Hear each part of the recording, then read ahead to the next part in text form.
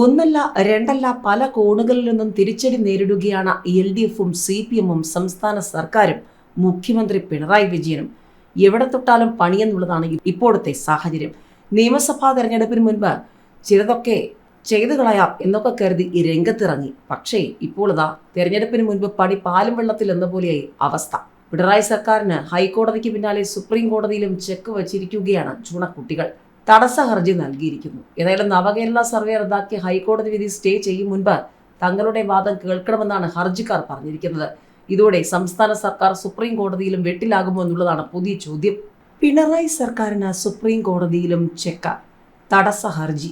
നവകേരള survey റദ്ദാക്കിയ ഹൈക്കോടതി വിധി സ്റ്റേ ചെയ്യും മുന്നേ ഞങ്ങളുടെ വാദം കേൾക്കണം.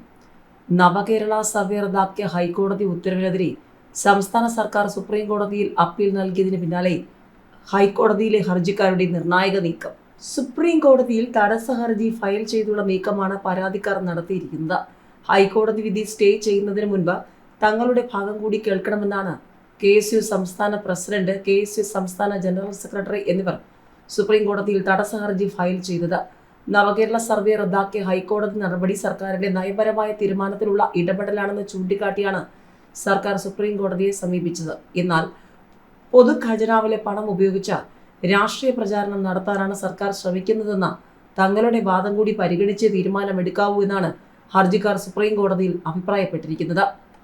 നവകേരള സർവേ രാഷ്ട്രീയ ലക്ഷ്യത്തോടെ UDFനെതിരെ പ്രചാരണം നടത്താൻ നിർദ്ദേശം.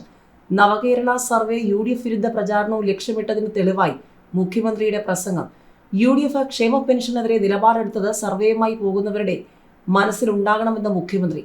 നവകേരള സർവേ ജില്ലാ നിർവാഹക സമിതി അംഗങ്ങൾക്കായി തിരുവനന്തപുരത്ത് സംഘടിപ്പിച്ച ശില്പശാലയിലാണ് മുഖ്യമന്ത്രി ഇങ്ങനെ പറഞ്ഞത്. നവകേരള സർവേയെ തെരഞ്ഞെടുപ്പുമായി ബന്ധിപ്പിക്കേണ്ടതില്ലെന്ന് മന്ത്രി KV ഗണേഷ് കുമാർ പറഞ്ഞു. നവകേരള സർവേയുമായി ജനങ്ങളെ കാണാൻ എത്തുന്നവർ പ്രതിപക്ഷത്തിനെതിരെ എന്ത് പറയണമെന്ന് പോലും മുഖ്യമന്ത്രിയുടെ പ്രസംഗത്തിലുണ്ട്. EK നായനാർ സർക്കാർ 45 രൂപ വീതം കർഷക തൊഴിലാളി പെൻഷൻ നൽകിയപ്പോൾ എതിർത്തവരെ ഓർമ്മ വേണം. UDF ഭരണകാലത്തെ 16 മാസത്തെ പെൻഷൻ കുടിശ്ശിക കൊടുത്തു തീർത്ത് പെൻഷൻ 600 രൂപയിൽ നിന്നും 1600 രൂപയാക്കിയത് ഈ സർക്കാരാണെന്ന് ഓർമ്മ വേണമെന്നും മുഖ്യമന്ത്രി. UDFന്റെ കാലത്ത് പാഠപുസ്തകങ്ങളുടെ ഫോട്ടോസ്റ്റാറ്റ് എടുത്ത് വിതരണം ചെയ്യുകയായിരുന്നു പതിവ്. ഇപ്പോൾ സ്കൂൾ തുറക്കും മുൻപ് പാഠപുസ്തകം വിതരണം ചെയ്യുകയാണ്. സർവേയുടെ ഭാഗമായി ഇതെല്ലാം ജനങ്ങളെ ബോധ്യപ്പെടുത്തണമെന്നാണ് മുഖ്യമന്ത്രിയുടെ ആവശ്യം. ഉമ്മൻചാണ്ടി സർക്കാരിന്റെ കാലത്തെ വീഴ്ചകൾ എണ്ണി പറയാനുണ്ടെന്ന് മന്ത്രി KV ഗണേഷ് കുമാർ പറഞ്ഞു. 10 വർഷം ഭരിച്ച ഇടത് സർക്കാരിന്റെ നേട്ടങ്ങൾ ചൂണ്ടിക്കാട്ടുന്നതിൽ തെറ്റില്ലെന്നും അദ്ദേഹം പറഞ്ഞു.